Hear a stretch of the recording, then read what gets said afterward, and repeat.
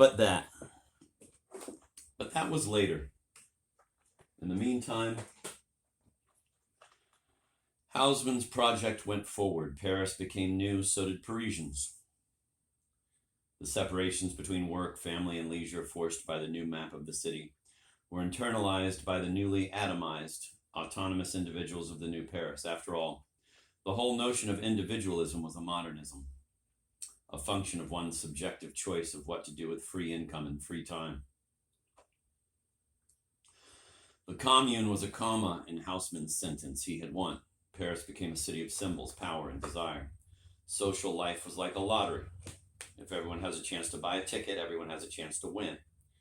And since only 1 out of a million can win, the separation of the one from the million of each from everyone is complete. As commodities spun through their circuits, each person became in fantasy a ruler, the commodifier. You could see it in the streets. It was as if Haussmann had answered Marx's "all that is solid melts into air." Marx's awestruck judgment in 1848 from the Communist Manifesto on the transcendent force of capitalism, on capitalism as the measure of all things, with a Hobbesian boast, ecce homo. Behold man. It was Haussmann's genius to open his invented city to the countryside, to ring the new city with parks and marinas. Work and domestic life had been severed, creating new markets for each. A new sector of enticing, seductive, organized leisure made a third separation, a separation that at once assuaged the dislocations of wage labor and domesticity, and provided a new market of its own against the inevitable alienations of capitalism. The language of my work cannot be translated into the language of my home. My work and my family turn my leisure into nervous babble. Haussmann set an autonomy of pleasure, a stroll in the park, a Sunday on the riverbank, as spectacles. Such things represented free money, free time, freedom. More than that, the trees, the water, the flowers, the grass, they all said that Haussmann's new city was not an interested construction, but a natural fact. The language of the stones did not have to be translated. It was plain to all. If Haussmann had extended the division of labor into a division of life, he had also blessed it. Haussmann's work was what we call today urban renewal, city planning, gentrification, urbanism, a rather neglected branch of criminology. The Situationists' two-man bureau of unitary urbanism wrote in 1961, "Urbanism doesn't exist. It is only an ideology, in Marx's sense of the word. A consensual limit on discourse about the real and the possible. It was an agreement about what constituted the language of the stones, in this case, architecture, and as an ideology, the agreement made everything outside itself seem unnatural. As consent, it was a social compact, and as a social compact, it was blackmailed by utility.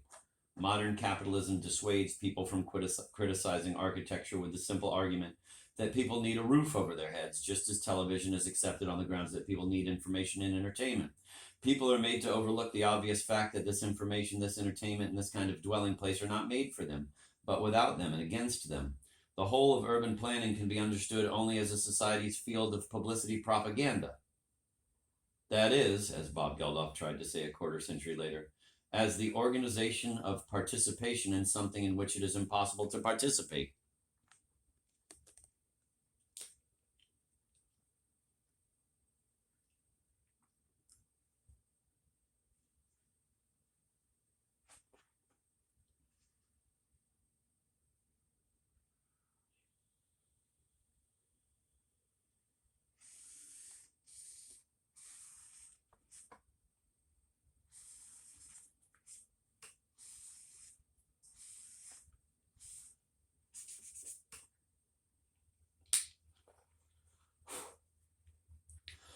The hallmark of any ideology is its invisibility as such. This is why in 1986, a Reaganist fact could be less believable than its prophecy 5 years before.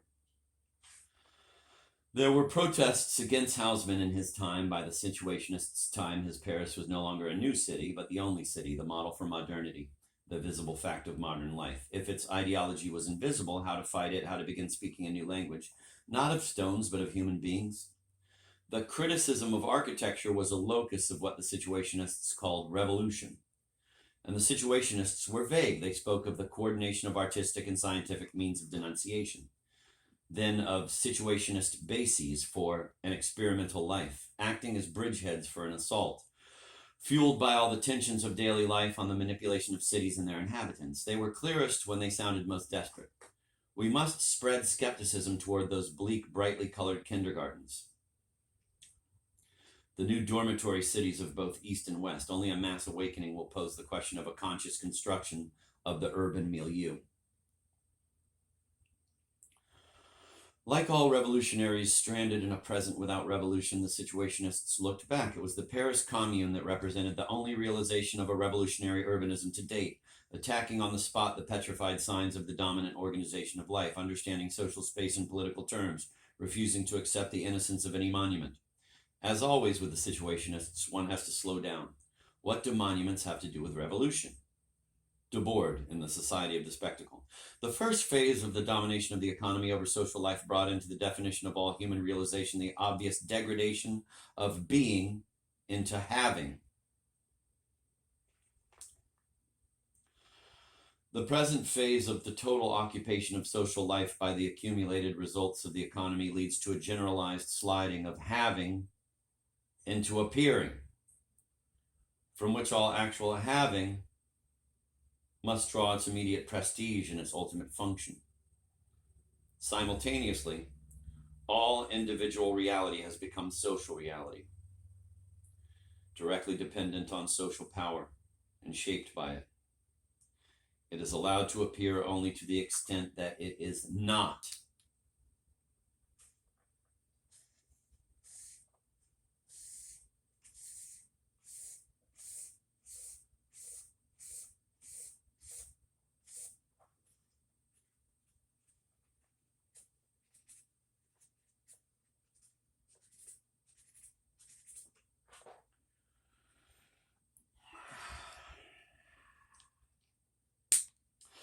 Nothing that actually happens becomes real until it is represented in the spectacle that is social life,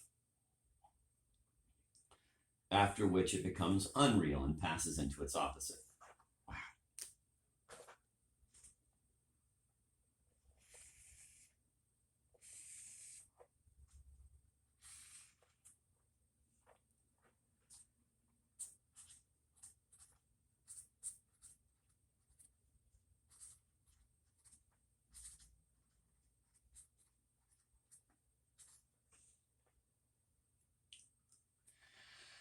As a revolutionary, Debord was a mathematician, insisting on the spectacle's transformation of all things into their opposites.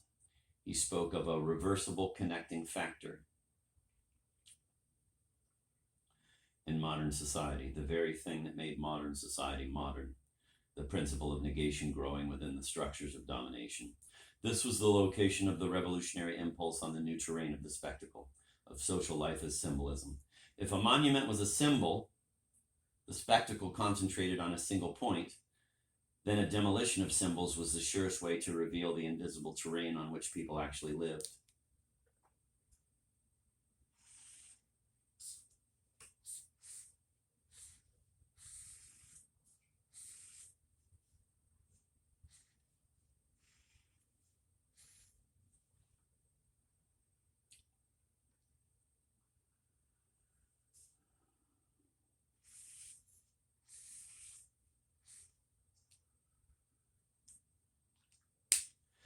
The communards, the Situationists wrote with regret in On the Commune, did not destroy all symbols of the division of life. They refused to seize the National Bank. Repulsed by a battery of artists, they fell back from an attempt to burn Notre Dame to the ground. But if the communards did not forever erase the divisions of faith, work, family, and leisure, if they did not establish a world in which faith would be brought down to earth, work made pleasurable, family life suffused with the fervor of work, or dissolve all three into leisure, which the Situationists thought could and should replace faith, work, and family with the free creation of situations, a new use of leisure, a true leisure, a festival wherein material survival, supposedly the provenance of work and the continuation of the species, supposedly the provenance of family and faith, supposedly the provenance of the religious illusion, would be natural byproducts of each individual's everyday rediscovery of his or her own life and play. What do I want to do today?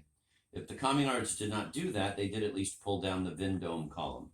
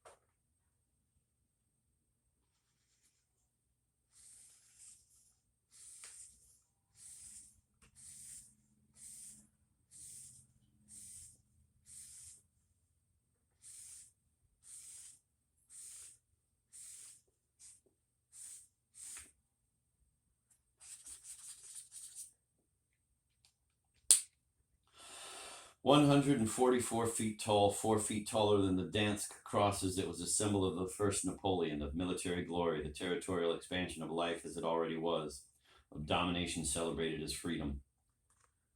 On 16th May 1871, on the motion of the painter Gustave Courbet, it was toppled onto a bed of straw and manure.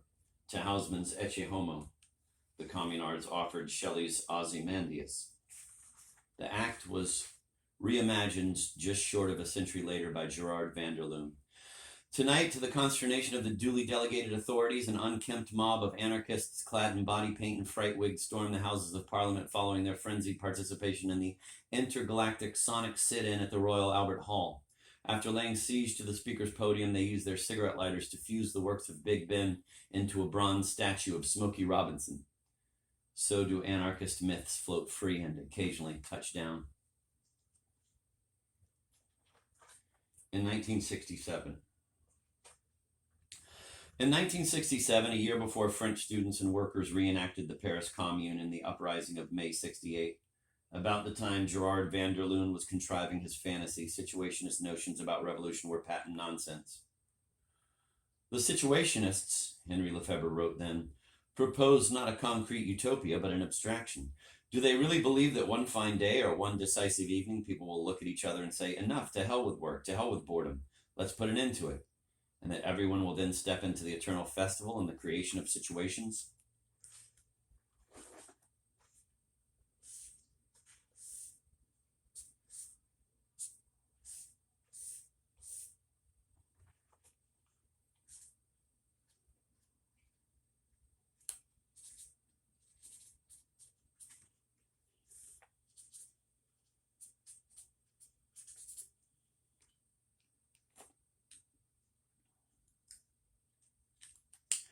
Teresa says, let me hear you say, yeah. If this happened once at the dawn of March 1871, this combination of circumstances will not occur again. The agreement between an eminent 66-year-old sociologist and young extremists drunk on their own theories was as complete as the breach.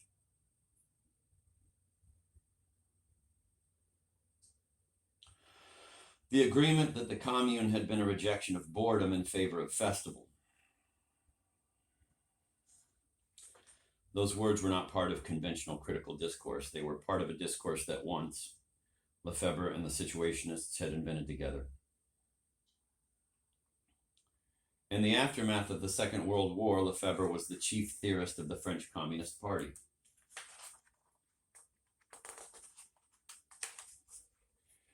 Which thought was on the verge of taking power. Which many thought was on the verge of taking power. Perhaps the leading Marxist philosopher in France, he was a scientist with a tenure more valuable than any university could guarantee. But over the next decade, he turned away from Marxist scientism, arguing that to change the world, one had to think about changing life. Instead of examining institutions and classes, structures of economic production and social control, one had to think about moments.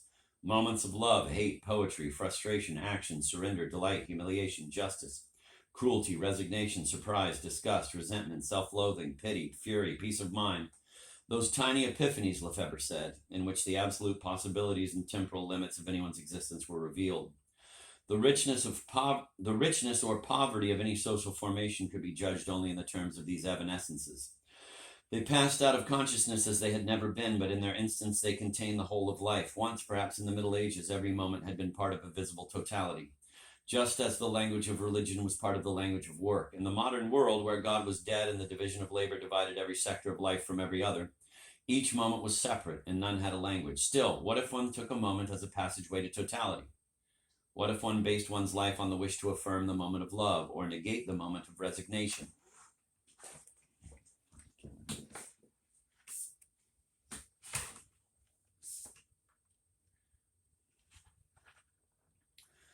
This was abstract aesthetic. The frame of Lefebvre's post-war thought was even more so.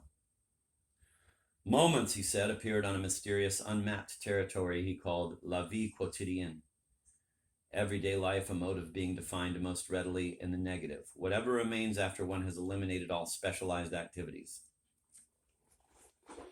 This was not life on the job so much as life on the commute. More than that, the fantasy life provoked by the dullness of the commute or the job. It was not one's role as a wife so much as those small times when one's role was somehow absent.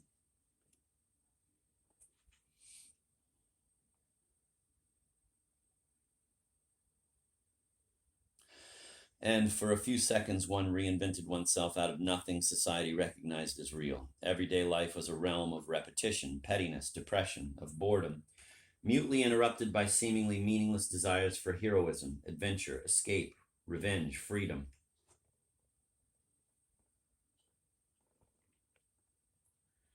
Lefebvre's critics denied that, save as a catalogue of any era's tools and toilets, where the Greek woman heated stones, we simply turn on our gas range.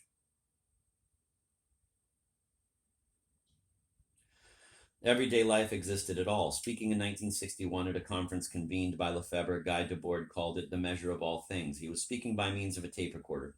In order to seize the simplest opportunity to break with the appearance of pseudo-collaboration, dramatizing the habitual submission of the listener to the presence of the lecturer, or the confusion produced by the lecturer's absence, he meant to demonstrate by a slight alteration of the usual procedures that everyday life is right here. The intervention was marginal, trivial, but it was in the realm of the marginal and the trivial that any critique of everyday life, and therefore any critique of social reality, began. Against the shining progress of technology and commerce, Lefebvre said, everyday life was a backward sector in the modern world, a colonized sector. Debord said, an effective third world in the heart of the first. But this was a foreign country where everyone actually lived.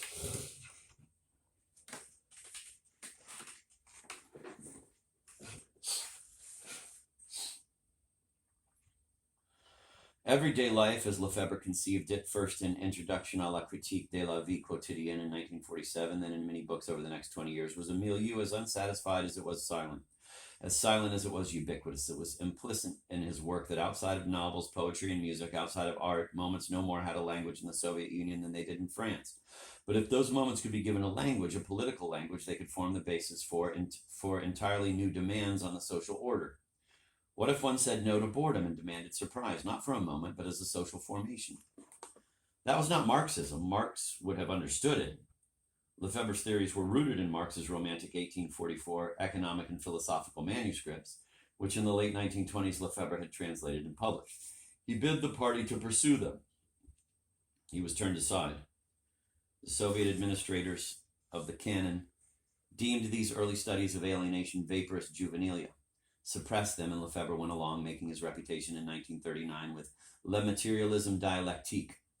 That was science. The theory of moments was heresy, or worse, babble. By 1958, it would lead to Lefebvre's expulsion from the party, but by then he had found other readers. Quote, the theory of moments converged with research on the creation of ambiance, of situations, he told an interviewer in 1975. Lefebvre was back in 1957-58, when he was a communist in name only and a situationist lacking only the name. The idea of escaping from the combination of elements of the past, of repetition, was an idea that was at once poetic, subversive, and audacious. It already implied that this was a project with a difference. It isn't easy to invent new pleasures or new ways of making love, a utopian idea, but not really.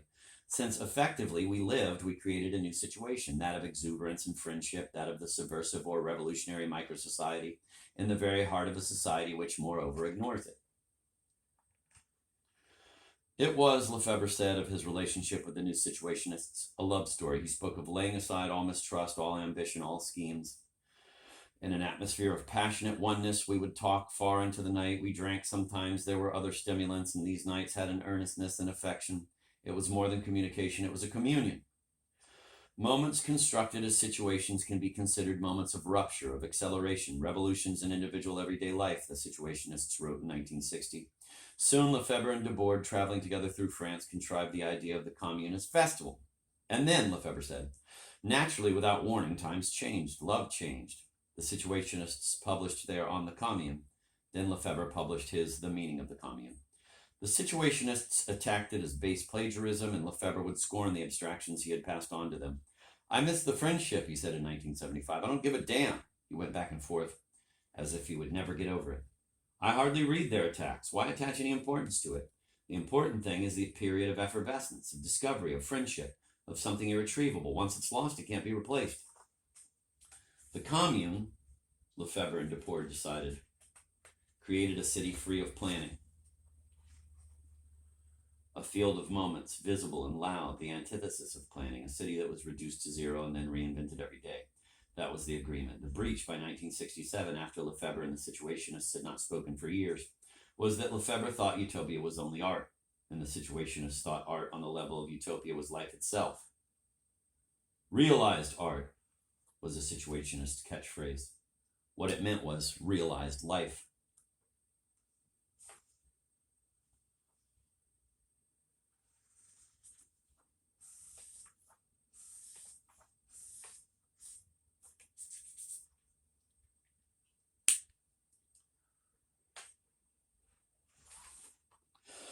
Some blamed the Commune on art. The Minister of Public Instruction, T.J. Clark says, was quite clear in 1872 that the orgy of songs produced during the Commune was partly to blame for the communards' depravity, their trashing of the laws of the church, the workplace, the family. Thus, the minister made the dead Commune reason for reimposing censorship on the cafe concert in an effort to prevent such things from occurring again.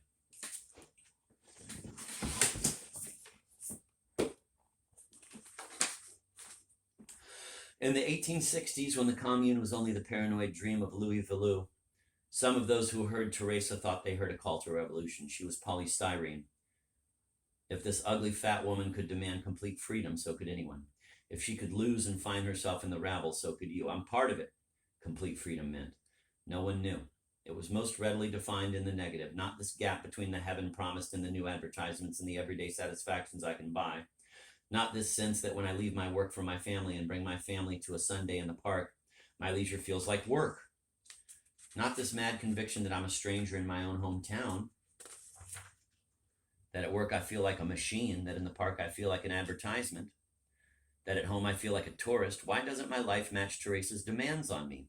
People believed Teresa posed some sort of threat to the propertied order, and certainly the empire appeared to agree with them, Clark writes. Though she was invited to sing for the Empress, the authorities policed her every line and phrase and made no secret of the fact that they considered the cafe concert a public nuisance.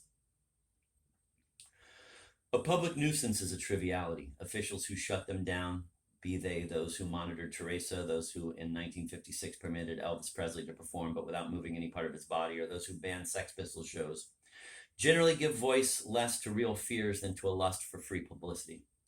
Still, Elvis Presley and the Sex Pistols changed the patterns of everyday life, raised its stakes all over the world. If what they did led to no official revolutions, it made life all over the world more interesting. And life continues to be more interesting than it would have been had they never appeared. In a book about movements and culture that raised no monuments, about movements that barely left a trace, movements that cannot be refuted by Ozymandias because they were ephemeral from beginning to end, making life more interesting is the only standard of judgment that can justify the pages they can fill.